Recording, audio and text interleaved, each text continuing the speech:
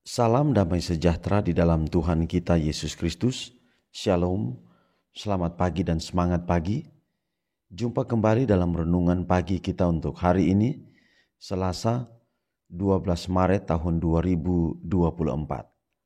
Dan pekabaran firman Tuhan kita di pagi ini dengan judul Guru Ilahi. Sebelum kita lanjutkan, mari kita berdoa. Bapa di sorga, terima kasih untuk kesempatan belajar firman-Mu di pagi ini. Biarlah pekabaran firman-Mu dapat menjadi berkat dalam kehidupan kami. Dan istimewa kami syukuri karena pimpinan penjagaan Tuhan atas kehidupan kami. Sepanjang malam kami boleh beristirahat dan kami boleh bangun di pagi ini. Inilah menjadi doa kami, terpuji nama Tuhan. Dalam nama Yesus kami telah berdoa. Amin. Sekali lagi, firman Tuhan kita dengan judul Guru Ilahi. Dan ayat firman Tuhan Mazmur 32 ayat 8, Aku hendak mengajar dan menunjukkan kepadamu jalan yang harus kau tempuh. Aku hendak memberi nasihat, mataku tertuju kepadamu. Terakhir seperti kalimat pertama dari doa Tuhan Yesus, menunjuk kepada Bapa kita sebagai yang di atas segala kuasa dan wewenang, dan setiap nama yang disebutkan. Juru selamat itu melihat tahun-tahun yang terbentang di hadapan murid-muridnya, bukan seperti yang telah mereka impikan, terhampar di sinar matahari, kemakmuran dan kehormatan duniawi, tetapi gelap dengan badai kebencian manusia dan kemarahan setan. Di tengah perselisihan dan kehancuran nasional, langkah-langkah murid-murid itu akan diserang bahaya, dan seringkali hati mereka akan ditekan oleh ketakutan. Mereka harus melihat Yerusalem sebagai suatu kehancuran. Bait suci lenyap, kebaktiannya berakhir selama-lamanya, dan bangsa Israel berserak di seluruh dunia, bagaikan kecelakaan di pantai pasir. Yesus mengatakan, kamu akan mendengar deru perang atau kabar-kabar tentang perang. Bangsa akan bangkit melawan bangsa dan kerajaan melawan kerajaan. Akan ada kelaparan dan gempa bumi di berbagai tempat.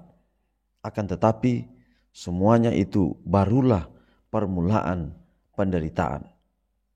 Namun para pengikut Kristus tidak boleh takut bahwa pengharapan mereka sudah hilang atau Allah telah meninggalkan dunia.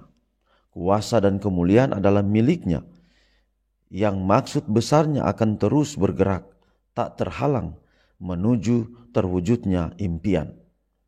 Dalam doa yang menyebutkan kebutuhan mereka tiap-tiap hari, murid-murid Kristus diarahkan untuk melihat ke atas segala kuasa dan pemerintahan si jahat, kepada Tuhan Allah mereka yang kerajaannya menguasai semua, Bapa dan sahabat kekal mereka.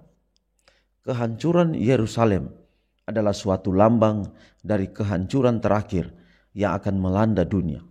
Nubuatan-nubuatan yang diterima sebagai bagian penggenapannya dengan jatuhnya Yerusalem mempunyai suatu penerapan yang lebih langsung kepada akhir zaman.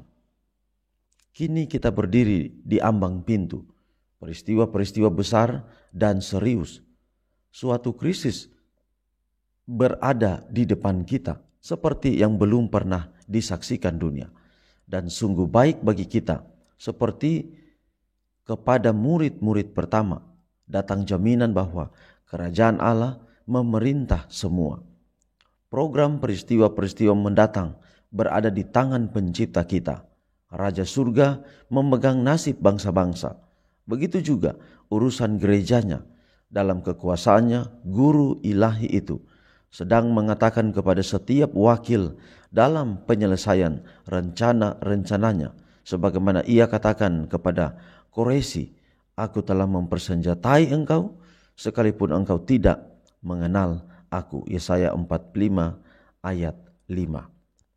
Sebagai perenungan, betapa menghibur mengetahui bahwa Yesus melihat semua yang akan saya hadapi dalam hidup dan menawarkan saya kebijaksanaan dan kekuatan yang saya butuhkan untuk menghadapi setiap tantangan saya. Jadi saudaraku, Tuhan kita adalah guru, dan guru kita adalah guru ilahi. Dia tidak hanya mengajarkan kita bagaimana kita bekerja, bagaimana kita hidup setia kepadanya, bagaimana menuruti firman Tuhan, bagaimana hukum itu tidak berat. Tetapi guru ilahi kita mengetahui apa yang akan kita hadapi di depan kita. Karena kita bukan robot, kita punya hak memilih. Dia tidak punya hak untuk mengendalikan kita, untuk mencampuri, atau seperti robot kita diatur. Tapi Yesus ada selalu dengan kita. Di mana kita pergi, dia tahu apa tantangan yang kita hadapi. Malaikat-malaikatnya akan menolong kita. Walaupun hak memilih tidak dapat diganggu. Bahkan Allah tidak dapat mengganggu pilihan kita. Maksudnya adalah hak memilih itu adalah hak kita yang Tuhan karuniakan. Kita mau memilih untuk setia atau tidak, itu ada pada kita. Tapi pengaruh Roh Kudus mempengaruhi hidup kita. Kalau Tuhan melihat kita jalan pada jalan yang salah, Dia tahu kita jalan di jalan yang salah. Dan Roh Kudusnya segera bekerja di hati kita, agar supaya kita boleh berbalik dari jalan yang salah itu. Jadi hari ini pekabaran kepada kita bahwa kita tidak jalan sendiri di dunia ini. Kita bersama dengan Yesus yang menyertai perjalanan kita. Jadi biarlah pekabaran pagi ini akan menjadi berkat dalam kehidupan kita semua. Mari kita akhiri dalam doa, mari berdoa.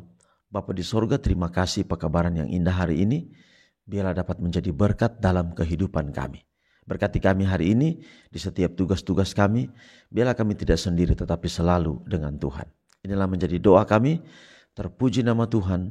Dalam nama Yesus kami telah berdoa. Amin. Demikianlah pekabaran di pagi ini. Sampai jumpa besok. Tuhan memberkati kita semua. Shalom.